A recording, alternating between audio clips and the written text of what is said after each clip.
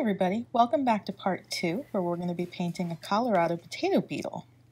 Now I like this little guy because he almost looks a little leathery and he's got lots of great stripes. So again, as usual, just like last time, we're going to look at the rock and decide which side we want to be the head and which side we want to be the back. And I think I like this side for the head this time. Now this time, this guy is this perfect kind of yellow-orange color, and then we're also going to use the white to mix in and make that other kind of lighter buttery yellow color. And then of course we need the black. So once again, I've got my paint, I've got my 2 paint brushes, and I've got 2 cups of water. So let's get started. Looking at him, he has both his head and middle part right around here. So just like last time, we're just going to get started and commit to a line on the rock. And again, if you saw the other episode, then you already know what I have to say about this. Just go slowly and make sure that you get your lines nice and straight with enough paint on your brush. Filling it in is the easy part. Now don't be too perfectionistic about this because again, in case you do make a mistake, the nice thing about this sort of paint is that you can just cover it up once it's dry.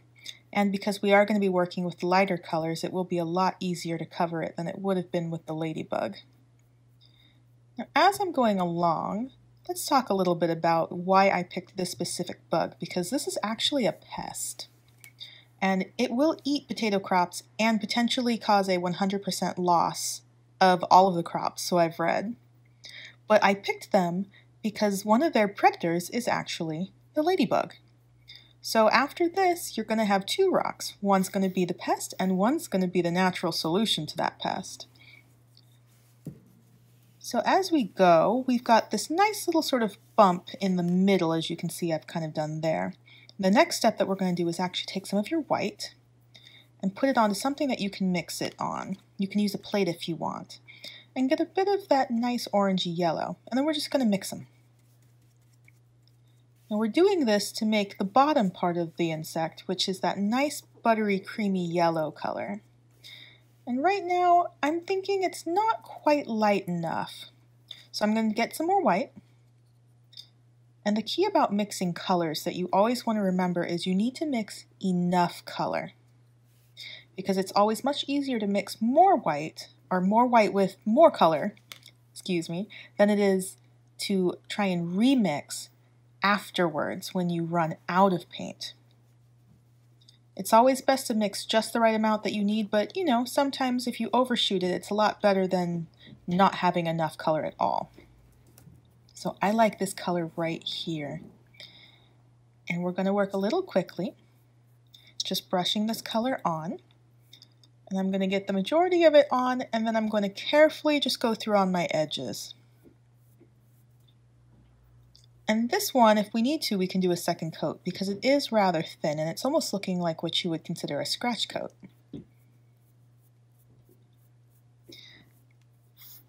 Now, on top of being a major destroyer of potato crops here in the States, they're also very invasive around the world. And other countries actually do campaigns to try and ensure that these insects don't get transported over. And one of the main problems is that they can lay up to about 500 eggs at one time within about a month period. It's about a 4 to 5 week period. So you really don't want these popping up all over the place, but they are native all over the US, though we don't have them in California, at least not as far as I know of yet, and let's hope that they stay that way. But then California's major crop isn't potatoes, though I'm sure we do have still a considerable amount, seeing as how we plant pretty much everything here. But of course, in Riverside, we're mostly concerned about our oranges. I'm really liking how this is starting to turn out. It's such a nice color so far. And these bugs are very iconic in the sense of all of their stripes, which we're going to imitate in just a little bit after we give the body some time to dry. Now, if for whatever reason you have to step away when you're painting with acrylics, the difficult thing, maybe you found this, is that your paint dries out. So a tip to do is to actually take some kitchen cling wrap and to wrap your paint that you've mixed. You can wrap, if you use a plate, you can wrap it on the plate. And just make sure that there's no air that's able to touch your paint. You can just put the cling wrap right over the paint and just smooth it out a little bit, just to kind of get all the air out of it. And that's going to help. Oops, I made a little mistake, but that's okay. We're just going to paint the line a little further down and then we'll be good to go. And this paint dries out fairly quickly, so if for whatever reason you got started and say you have to take a 20-minute phone call, well, by the time you come back your paint's going to be dry. So make sure that you just wrap all of your paint up real quick. And never leave your brushes with tons of paint on them. Stick them in water or wash them out completely. That way you won't have to sit there with a ruined brush trying to pick out solid paint afterwards. So here we go. We're just going to finish up the edge right here like this. And these little guys are extremely hardy too. They are actually DDT resistant. They're resistant to about 50 some odd pesticides. So the species itself is pretty hardy.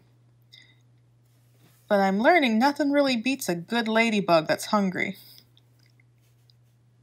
Ladybugs are great predators in the insect world. And we all think about them as just these cute little bugs. All right, now I'm just going to look around for any little blank spots that I think might need to be touched up. I'm going to rinse out my brush. And sometimes if the paint's been a little too thick or it dried a little too much, you're going to really need to kind of rinse it out. But that's okay, because that's again what I have that paper towel for. And like I said earlier, if you want to be more eco-friendly, use a rag that you can wash out regularly. Or even an old sock. What you can do is just cut the toes off of the sock, and then you can even just wear it on your arm, and then you have a really quick wearable little cloth that you can just wipe your brushes on. It's actually very useful if you like painting in nature. Okay, so now we're going to get started with some of these great black marks. And I'm going to start on the head. Now, this is going to be my slightly more realistic insect. I'm going to add a slight amount of water, just enough to make the paint not so goopy, but not runny. We don't want runny paint right now. It was just enough to help the brush kind of smooth out the paint a little bit. Now, these marks, I'm not going to make them too exact. I'm going to have some fun with them and still keep them a little abstract. But right in this area is where we're going to start.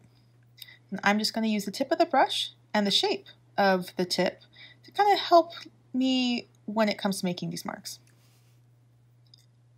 And we're going to make them a little symmetrical, but not too much. And we're going to just have some fun with them and just kind of follow along as best we can. Because this one was a little more complicated, I'm leaving the image up in the corner of the screen for the video so that you can follow along with me too. And I'm actually looking at an image too. Yeah, that looks pretty good. He's starting to look kind of cute. These bugs are just so much fun. I just couldn't resist, even though it's considered a pest. I just wanted to draw this one out also with the ladybug.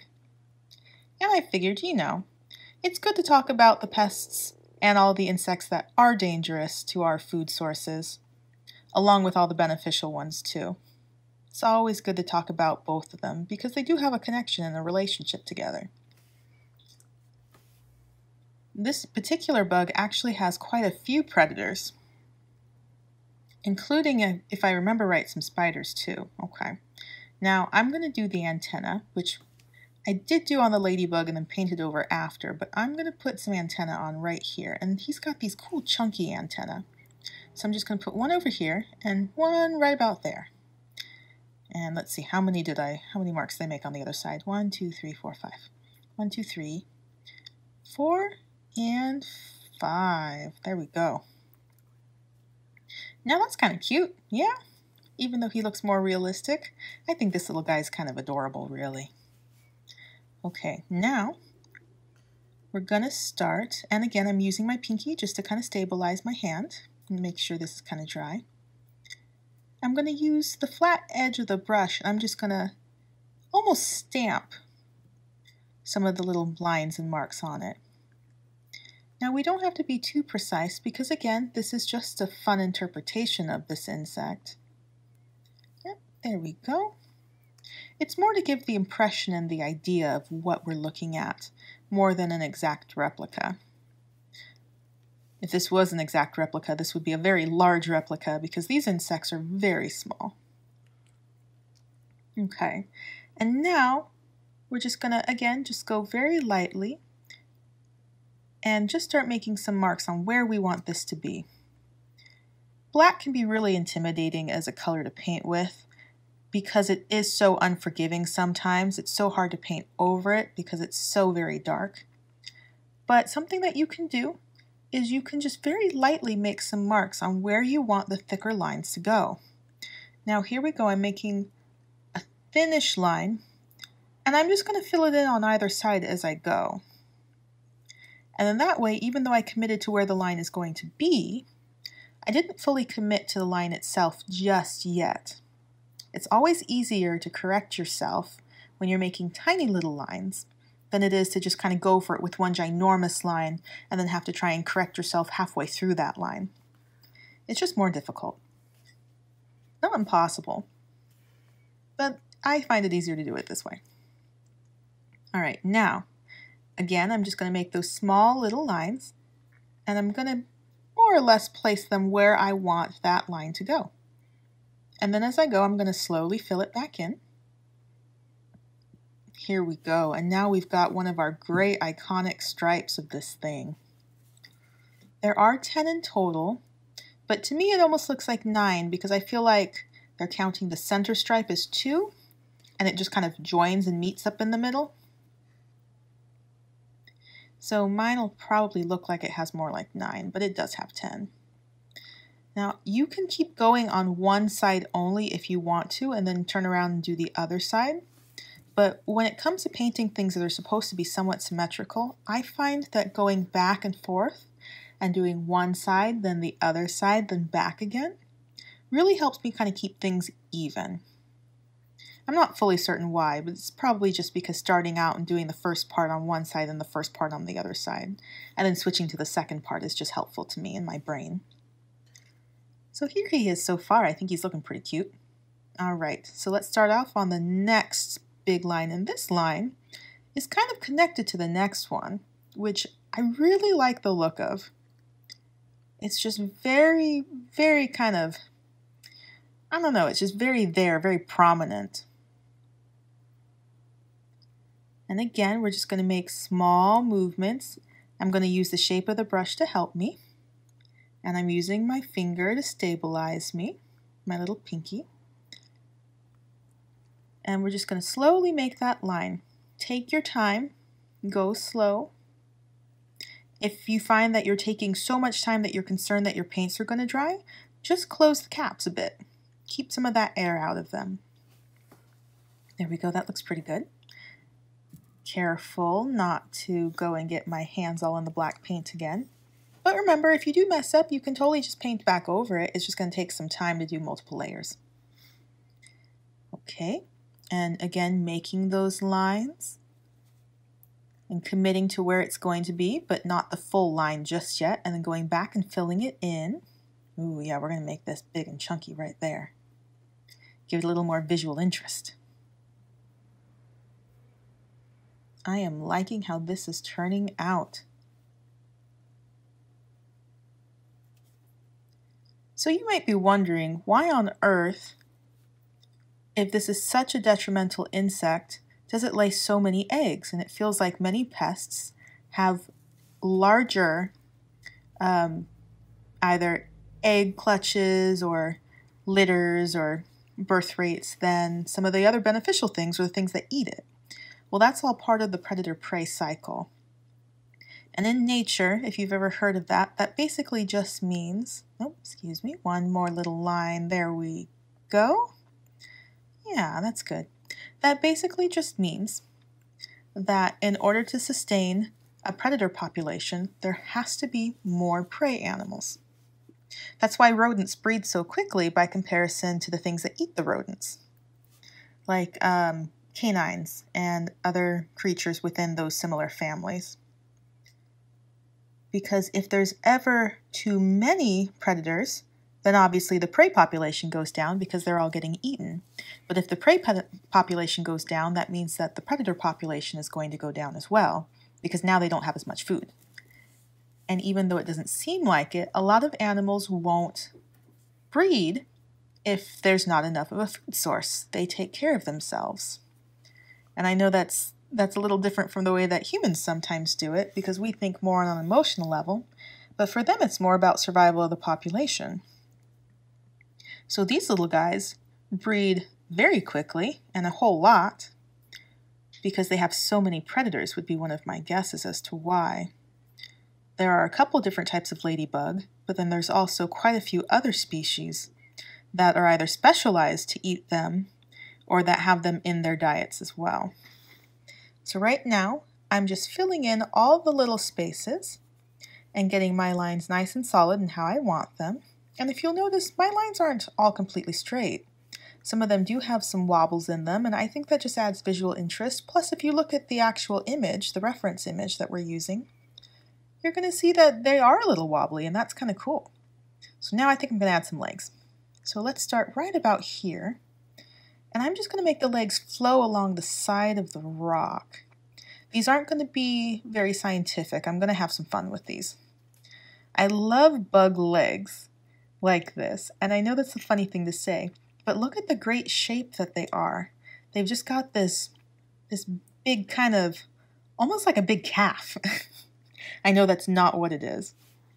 So all of my entomology friends, please don't get mad at me. But they just have such a great shape to them.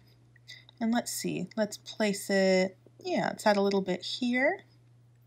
And we're going to add the front leg too. Normally I'd put it a little higher up, but my antenna is in the way. Now with these, you can just use the shape of the brush itself. So let's put right here. You want it to be kind of even with the other legs, so keep looking at the other side of your rock. Yep, there we go, that's about right. And then now we're just going to use the shape of the brush and just kind of flick it almost to make that interesting little shape. And we're again going to do the same thing with the middle leg. So here's where I have it, and we're going to follow the line along right about here. And it ends right about there. It's a lot easier when this is all dry. There we go. Okay. And then we're just going to, again, just use the shape of the brush, maybe go lightly at first, and then push in harder so that we get more of a flat, fatter surface area with that brush stroke. And then we're going to do this fun little, yeah, kind of like a little swoop right there. And pull it up that way. Okay. And now we still need the back pair. So I think it's going to pop right about there. And again, we're just going to have some fun, and we're going to do a swoop. And I think for these, I'm going to make the little feet curl a little bit. That'll be kind of cute. So I'm just going to kind of do like a little pop, and then a little curl. Yeah. And now following where it is on the other side, I'm going to do the same thing. Right about there. And then just do another little swoop. And then we're going to do another little curl. Just touch this up a little bit. And here we go. And something like this. Yeah, there we go. I like it. Now his little legs are just curled up in the back. And there we go. Now you've got this adorable little pest. And you also have his predator, the ladybug. Well, you have one of several of his ladybug predators, as well as other insects too. So don't forget to clean out your brushes and wash them out really good. You might even just want to use some soap after this too, and just run them underneath the sink until they wash clean. So thank you so much for joining me. I hope you had a great time. Once these dry, you can stick them out in your garden. You can stick them just on your mantle if you want to. You can also stick them, you know, in like a flower pot maybe. That'd be nice. Please don't forget to take a photo and to tag me online on Instagram at LovelyBugArt. I would love to see these and also feature some of these too in my stories.